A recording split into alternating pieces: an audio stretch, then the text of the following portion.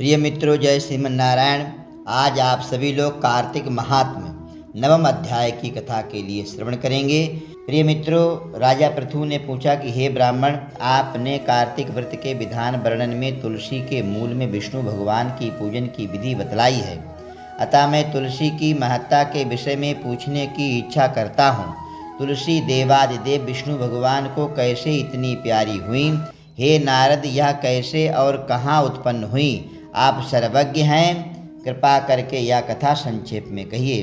नारद जी ने कहा, हे राजन, आप सावधान होकर के तुलसी जी की महत्ता तथा जन्म का प्राचीन इतिहास सुनिए। मैं कहता हूँ, प्राचीन काल में जब देवगणों तथा रंभादिक अप्सराओं से सेवित इंद्र जी शंकर भगवान के दर्शन के निमित्त कैलाश पर्वत पर गए। वहाँ कैलाश पर्वत पर पहुँचते ही सम्मुख भयानक दांत और मुख वाले भीमकर्मा पुरुष को देखा। इंद्र ने उससे पूछा, आप कौन हैं? जगदीश्वर भगवान शंकर जी कहाँ गए हैं? इस प्रकार इंद्र के द्वारा पूछने पर भी हे राजन, उसने कुछ भी उत्तर नहीं दिया। तब वज्रधारी इंद्र क्रुद्ध होकर के उसे फटकारते हुए बोले कि मेरे बारंबार पूछने पर भी तुम कुछ उत्तर नहीं देते हो, अतः हे दुष्ट, मैं तुझको वज्र से अभी मारता हूँ। इस समय कौन तेरा रक्षक है? इस तरह कहकर के इंद्र ने उसे दृढ़ होकर के वज्र से मारा। इंद्र के मारते ही उसकी ग्रीवा नीली तथा राख हो गई और रुद्र भगवान अपने तेज से इंद्र को जलाने लगे। यह कांड देख करके बृहस्पति ने शीघ्र हाथ जोड़ करके तथा इंद्र ने पृथ्वी पर साष्टांग दंडवत प्रणाम करके स्तवन किया।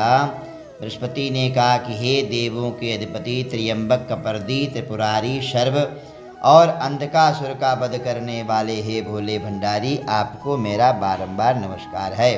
अदृश्य रहने वाले, अनेक आकृति धारण करने वाले शंभु, यज्ञ विध्वंसक, यज्ञ फलदाता और कालांतक काल काले सर्प को धारण करने वाले, ब्रह्मा का शिरोच्छेदन करने वाले, ब्राह्मण के हितकारी हे शिवजी, आपको बारंबार नमस्कार है।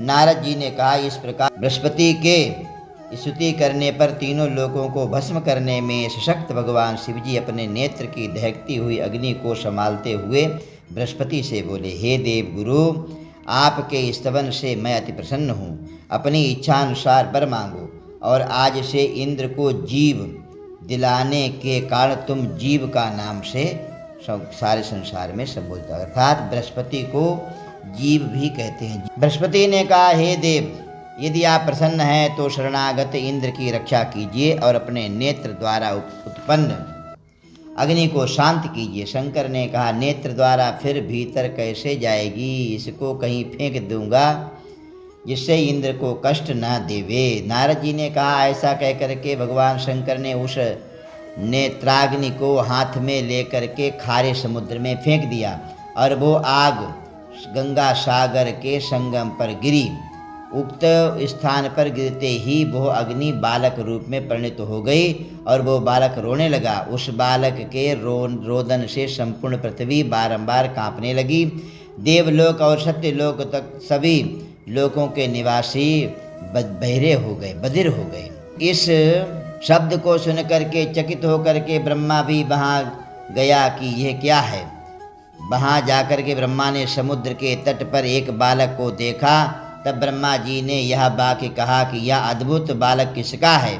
ब्रह्मा को आया हुआ देख करके तथा उनकी वाणी सुन करके समुद्र ने हाथ जोड़ करके नतमस्तक होकर के प्रणाम होकर के उस बच्चे को ब्रह्मा जी के अंक में रख दिया और कहने लगा, हे ब्राह्मण, यह लड़का गंगा सागर के संगम में उत्पन्न हुआ मेरा बालक है। हे जगत के जन्मदाता, इस लड़के का जात कर्मादि संस्कार आप ही कीजिए। नारद जी ने कहा, समुद्र के इस प्रकार कह ही रहा था कि समुद्र का बेटा ब्रह्मा जी की दाढ़ी पकड़ करके बारंबार झकझोरने लगा। उस कारण ब्रह्मा जी के नेत्रों से आंसू बह निकले। किसी प्रकार ब्रह्मा जी ने अपनी दाढ़ी छिपा करके समुद्र से कहा कि इसने मेरे नेत्रों से आंसू बाहर निकाल लिए हैं, अतएव इसका नाम जलंधर होगा। तथा जहाँ से इसकी उत्पत्ति हुई है वहीं से इसकी मृत्यु होगी। नारद जी ने कहा, ब्रह्मा जी ने ऐसा कह करके शुक्राचार्य को बुला करके जलंधर का राज्याभिषेक करा दिया और नदियों के स्वामी समुद्र को बुला करके ब्रह्मा जी अंतर्ध्यान हो गए। इसके पश्चात उस लड़के को राज्याभिषेक करके समुद्र के नेत्र हर्ष से उल्लसित हो गए और समुद्र ने कालनेमी से उसकी पुत्री, कालनेमी की पुत्री जो थी वृंदा, वो जलंधर के साथ में पत्नी रूप में उसका वर्ण कर दिया।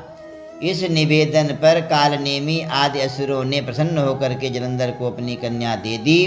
वो भी अत्यंत प्रेमवती तथा आज्ञाकारिणी भार्या पा करके शुक्र की सहायता से निर्विघ्न शासन करने लगा। प्रिय मित्रों, यह आप सभी लोगों ने तुलसी की कथा श्रवण की। श्री वृंदा के रूप में जलंधर की पत्नी बन करके आई। आगे की कथा आप सभी लोग कल श्रवण करेंगे। जय श्रीमन्नारायण।